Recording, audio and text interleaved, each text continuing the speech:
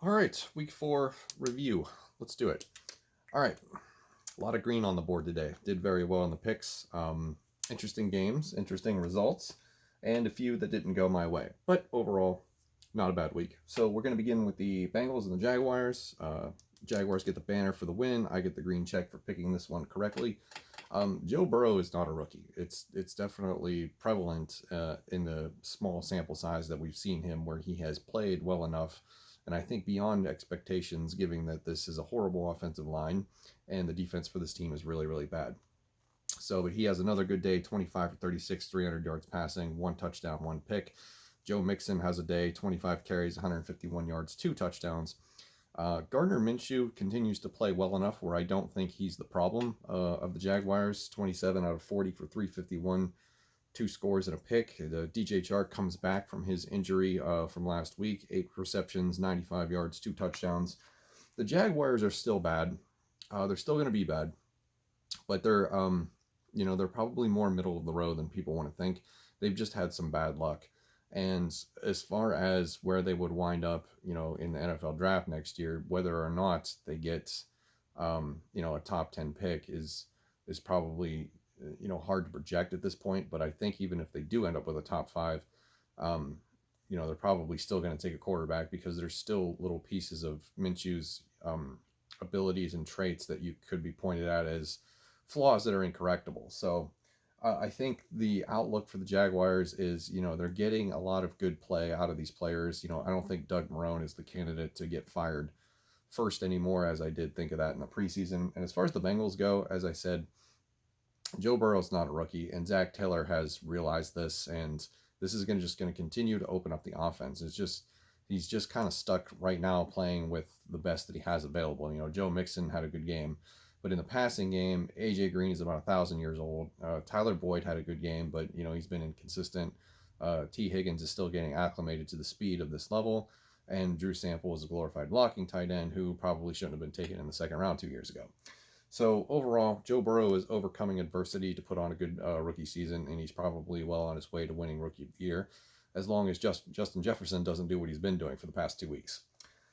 All right, moving on to the Cowboys and the Browns. I have that score flipped incorrectly. It should be the Browns 49, Cowboys 38. The Browns get the win, so they get the banner. I get the red X because I picked this one incorrectly. Dak Prescott goes off for 41 out of 58 for 502 yards, four scores and a pick. Amari Cooper with 12 receptions, 134 yards and a touchdown. Ezekiel Elliott, once again, is kind of irrelevant. 12 carries, 54 yards, nothing doing much there. On the Browns side of the football, this is the Kevin Stefanski offense that you should probably get used to, because Baker Mayfield is a glorified Kirk Cousins in a sense that he can run an offense and when not asked to do too much. He goes 19 for 30, 165 yards and two scores. Kareem Hunt has a good day, 11 carries, 71 yards, two scores. And Odell Beckham has a good day, 5 catches, 81 yards, and two scores. So the Browns are able to put up a ton of points. They almost dropped 50 on a Cowboys defense that is bottom tier at best. They're definitely on the lower ranks when it comes to defense. Now, the Cowboys are 1-3 after this week, but the offense is still good enough where they should be winning more games than they are. And the problem is that I think Mike McCarthy is just a little bit of a fraud, and Dak Prescott is doing everything he can to will this team into wins. It's just not happening. I think the play that best summarizes the Cowboys season so far is the blocked extra point that ended up going for a 2-point conversion anyway. So usually when you block an extra point, that's good for your team, and then you are able to scoop and score and run it back for 6 the other way.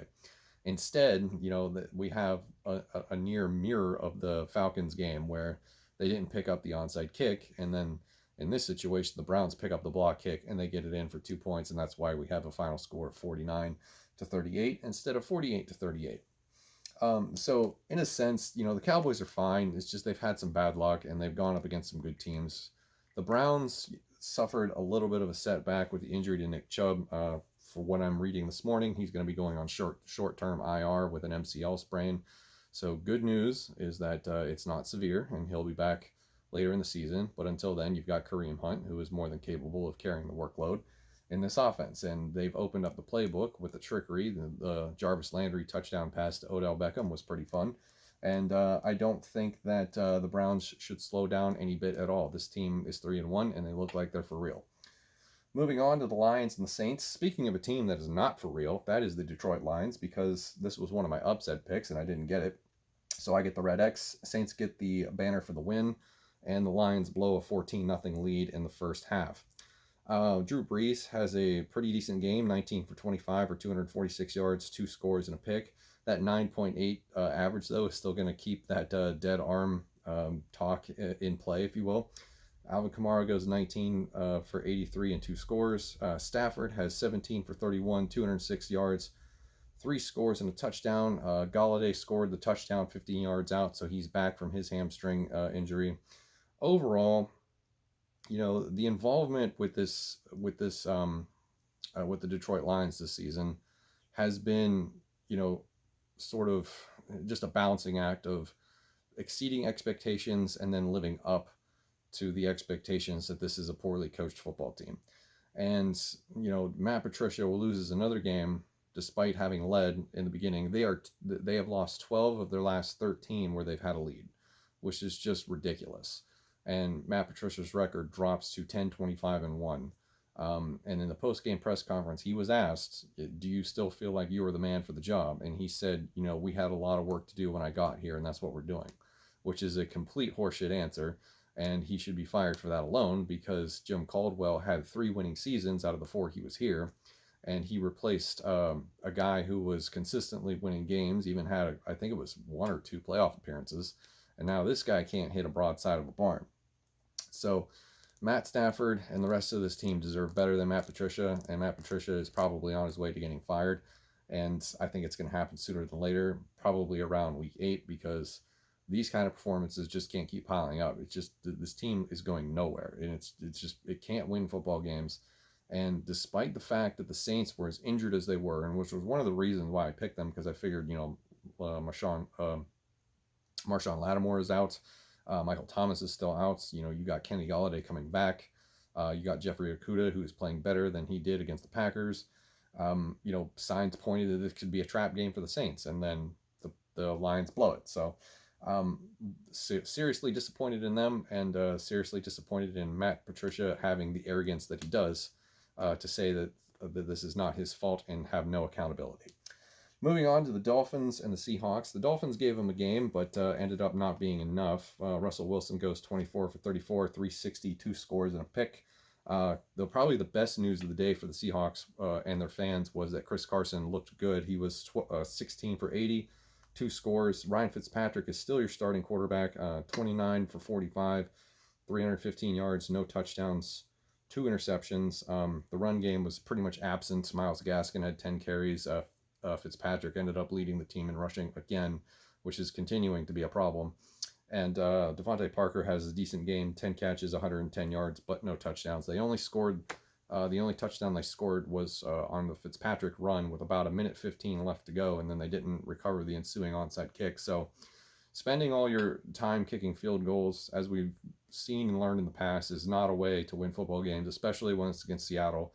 So the Dolphins can get into enemy territory, but they can't strike at home. And despite Brian Flores today saying that Ryan Fitzpatrick is still the starter, I think it's Tua Tagovailoa time. And I know we don't want to rush him in there because he's young. He's coming off a serious injury. We're all concerned about the first hit that he takes or the second hit that he takes. But I think at this juncture, yes, they're still a pretty decent football team, but the Dolphins need more. You're not going to be able to win games like they did on Thursday Night Football, where you sort of just, dink and dunk down the field. Not every game is going to be against the Jaguars. You've got the Bills and the Patriots in this division. So if you want to win football games, you need to put the ball in the end zone and not kick 5 field goals. So I think it's Tua Tagovailoa time, but Fitzpatrick is who he is, and Brian Flores looks like he's in no hurry to make a change. On the Seahawks side, as I said, Chris Carson being a vital part of this offense and demonstrating that he's okay is probably the best outcome for the Seahawks fans, and the fact that it continues to be that nobody can stop DK Metcalf. Moving on to the Chargers and the Buccaneers. We had a pretty good game in this one, even though that it looked like it was going to be awful after Austin Ekeler went down. But Tom Brady throws a pick 6 and then turns it around, goes 30 for 46, 369 yards, 5 touchdowns, and the 1 interception. Mike Evans has a game, 7 catches, 122 yards, and a score. Ronald Jones takes advantage of Leonard Fournette being out and LaShawn McCoy having to leave with injury. He gets 20 carries for 111 yards. Justin Herbert has a pretty good day, 20 for 25, 290 yards, 3 touchdowns and a pick. Justin Herbert is making all of the throws that you would expect to see out of an experienced athlete. And there was a Bruce Arians quote where he told Anthony Lynn, it's like, look, I saw that that throw off the back foot, over top of the defense. That is a Patrick Mahomes style throw. You've got a star in the making there with that Justin Herbert. And that is the kind of praise that you want to be hearing for a number 6 overall draft pick. And, just think of the scenario where we would be if Tyrod Taylor hadn't accidentally had his lung punctured by the team doctor trying to give him an injection. That is just, it's crazy how the world works. And now we have Justin Herbert in front of us. He's been looking great. He almost ties Joe Burrow with 3 consecutive 300-yard games. He comes up about 10 yards short. But overall, I think Justin Herbert is he's good to go for the rest of the season. I don't think there's any reason to put Tyrod Taylor back in, which is funny because we remember the Anthony Lynn quote where he's like, he was super hesitant after the first game. Like, Justin Herbert can't do the things that we want to do right now. And we've seen it for a couple games now. And the question now is, what were those things that you thought he couldn't do? Because he's nearly winning you games. The Tampa Bay Bucs are a tough defense. And the fact that he was able to stand his ground and do what he did is impressive. So we'll see how it goes from here on out, but I think Justin Herbert is here to stay. And, a bad day for the Bucs defense, but I think they'll bounce back. And they just need to get healthy on offense, with Chris Godwin being out and Mike Evans going from, opening the game hot and then having the injury, but he was able to come back and finish strong. So it's just a matter of figuring out on offense to be consistent. Even O.J. Howard, I believe, was lost for the season. So they just have to figure out the offensive side of the ball. The defense will come with it. Moving on to the Ravens and the Washington football team. This was pretty, I don't want to say easy, but, about what we expected with the Ravens taking advantage of a football team that is pretty not good right now. Ravens get the banner for the win. I get the green check mark for calling it correctly. A lot of green today on this board. The Ravens did what I thought they would do. They would bounce back in the next week and show who they really are. And Lamar Jackson has a good game, 14 for 21, 193, 2 scores and a touchdown. Also added 53 yards on the ground with 7 carries and a touchdown. Dwayne Haskins has a pretty decent stat line, 32 out of 45, 314, but no scores, no picks. Antonio Gibson is the real deal. Once this offense gets better, he's going to be one of the more explosive running backs in this league. He went 13 for 46 and a touchdown. Pretty pedestrian numbers, but he looks the part. Terry McLaurin has 10 catches, 118 yards, no scores. Ravens bounce back. Not much else to it. Washington football team continues to struggle to find their identity. Moving on, speaking of identities, the Panthers get a victory over the Cardinals, 31-21. They get the banner for the win. I get the green check mark for predicting this one correctly. Back in the Week 4 Pick'em video, I made the comment that I was 0 for 3 picking Panthers games, and lo and behold, I broke into the win column. The Panthers and their identity is that this is a team that is supposed to be young and bad on defense, and they're doing well. They spent all their draft capital on defensive players, and it's working out. And Brian Burns is developing nicely. He had the nice play to get to Kyler Murray yesterday. And the offense looks like it is going to be fine without Christian McCaffrey. Mike Davis has done well in his absence. Just for this game, he was 16 carries, 84 yards, and a touchdown. Robbie Anderson looks like he has been revitalized in Carolina. He's turned into a primary weapon for Teddy Bridgewater in this offense, and DJ Moore has kind of been thrown to the wayside.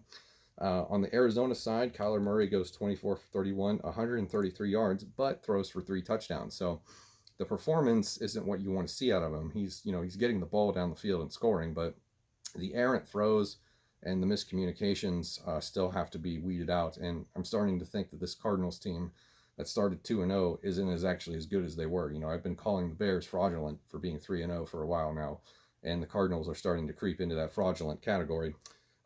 Kenyon Drake continues to disappoint. 13 carries, 35 yards, 2.7 yards per carry. It's only a matter, I think it's only a matter of time before Chase Edmonds takes over. And the Cardinals need to figure something out quick because suddenly they're 2-2. The rest of this division is still pretty good, and it's going to be hard to get in if they don't put away teams that they should be winning against. Next, we move on to the Vikings and the Texans. I talked a little bit about this one yesterday, so I'll be brief. The skill position players have a good day for the Vikings. Cook gets 130 yards. Justin Jefferson gets 103 yards receiving, and Adam Thielen gets 114. Kirk Cousins does just enough game management-wise to put this offense in position to score points and keep the ball moving and keep the ball out of Deshaun Watson's hands.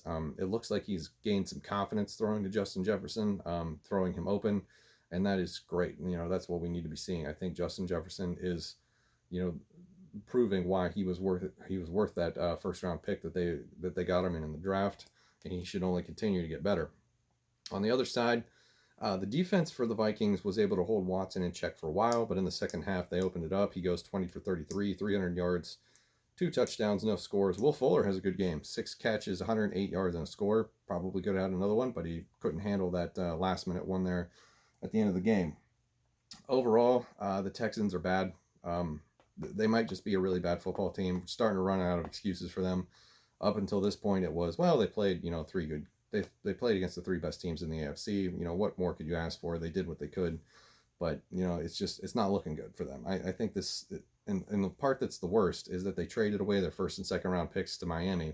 So, it doesn't matter how bad they do. They're going to be in line for nothing when it comes to the draft in this upcoming draft next year. All right, moving on to the Rams and the Giants. The Rams were a team that played yesterday just off. Like they just didn't have it in them that day, and the Giants are just terrible. But the Rams win 17-9.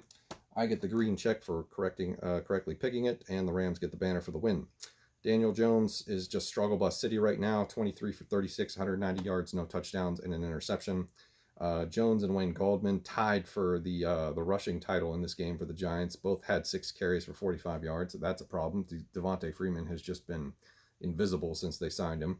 And Jared Goff has a rather pedestrian day, 25 for 32, 200 yards, 1 touchdown, and that was the long throw to Cooper Kupp. There was a fight that broke out after the game between Jalen Ramsey and Golden Tate. Mostly that is off the field stuff, not really too much regarding the game other than the absolute wood that Jalen Ramsey laid on Golden Tate for that 1 reception that he had. Other than that, the Giants are headed for a top 3 draft pick, which is insane to think about considering how good their drafts have been. But I think the catalyst for this is that Joe Judge is just a terrible coach and he's in over his head. And when you go straight from special teams to being in charge of a 53-man roster, I think it's just too much. And so I don't know that Joe Judge survives beyond this season. I know they've lost Saquon Barkley, and I know they've had injury problems, but that's no excuse. Every other team has injury problems. The Panthers lost Christian McCaffrey for 4 to 5 weeks, and they're doing just fine. So I think Joe Judge is just a terrible coach, and I think the teams in New Jersey need to figure out how to hire head coaches better, because right now they're both god-awful. As far as the Rams go, I think this was just a down week for them, almost a trap game, but they'll bounce back and they'll be fine. Next, we have the Colts and the Bears. Colts win 19-11. I get the green check for picking this one right, and the Colts get the banner for the win. Rivers continues to have a pedestrian season, 16 for 29, 190 yards, 1 touchdown. Absolutely nothing of note for the rest of the team other than Mo Alley Cox gets another touchdown. Nick Foles comes in and continues to be a poor starter and will probably forever just be a good player who comes in off the bench. 26 for 42, 249 yards, 1 touchdown, 1 pick. That touchdown doesn't come until it's absolutely too late in the game. Allen Robinson has a good stat line, 7 catches, 101 yards, and a touchdown. As I said in the Pick'em video last week, the Bears are fraudulent. This is a 3-0 team that absolutely should not be 3-0, and they're not going to be able to sustain their winning ways, especially with the performance that we saw on the field yesterday. Colts are not the best team in the league. They've got a good defense, but at the same time, with the weapons that they have with Allen Robinson, Anthony Miller, and even Cole Kmet and David Montgomery was totally absent from this game. The rushing attack was nothing to be seen of. The Colts went in with the game plan. Look, we're going to make Nick Foles beat you because there's no way you're subbing him out for Mitch Trubisky. They were confident with that, and it ended up being executed wonderfully. So moving forward, I think the Bears are going to continue to lose, and Matt Nagy is probably going to be in a little bit of trouble because nothing has worked out for him since that first 12-4 season. Moving on to the Bills and the Raiders, pretty exciting afternoon game. Josh Allen continues to hype up his MVP talk with a 24 for 34, 288, and 2 touchdown performance. Scary moment in the first half where he landed on his shoulder really awkwardly, and everybody thought, uh-oh, this is going to be a problem, and he had to leave the game for a minute, and we ended up seeing Matt Barkley.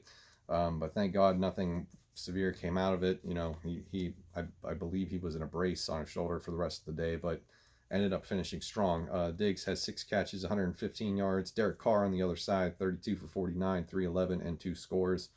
The Raiders are falling down to earth a little bit. Darren Waller was more involved this week. The injuries to the wide receivers is the problem. You know, not having Henry Ruggs and Bryan Edwards is critical for this team to get better. You can't rely on Nelson Aguilar, even though he did have a good game. That's not sustainable for the rest of the season. So they have to get Ruggs and Edwards healthy in order to open up this offense, make things more easier for Waller and Josh Jacobs.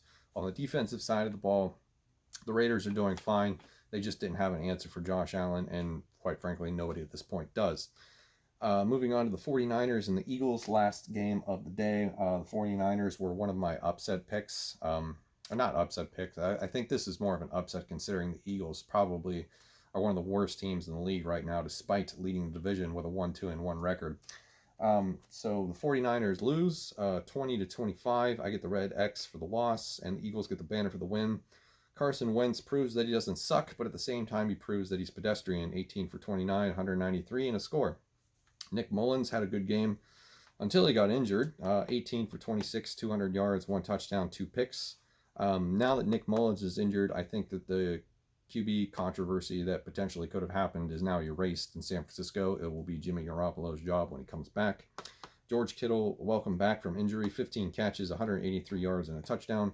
49ers also saw the return of Deebo Samuel in a limited role, so that's exciting for them going forward. The 49ers just have to get healthy on offense, and then they'll be able to win games like this. I have no lack of confidence in the Kyle Shanahan offense. I'm fairly confident that once they have their full slate of offensive weapons like Deebo Samuel's back to 100%. Brandon Ayuk had a good game. That was an impressive leapfrog that he had over the defender for the score. George Kittle is great. Raheem Mostert is way better than Jerick McKinnon. They just need to get healthy, and then they'll be fine. So that's it. That's going to do it. We have 2 Monday night games tonight, and the Pittsburgh-Tennessee game has been moved down the road. So that is the board. That's how we did. I felt, not good going into this week, but I ended up coming away with a lot of green check marks. As you can see, only missed 4 of them. So for the time being, I've missed 4 games. 1, 2, 3, 4, 5, 6, 7, 8. 1, 2, 3, 4, 5, 6, 7, 8. Yeah, so 9-4 so far if we count the Thursday night game. And then we got 2 games tonight, so I'm going to escape another week with a winning record. And we'll total it all up tomorrow when we do the Monday night recap. Thank you for watching, and have a good one.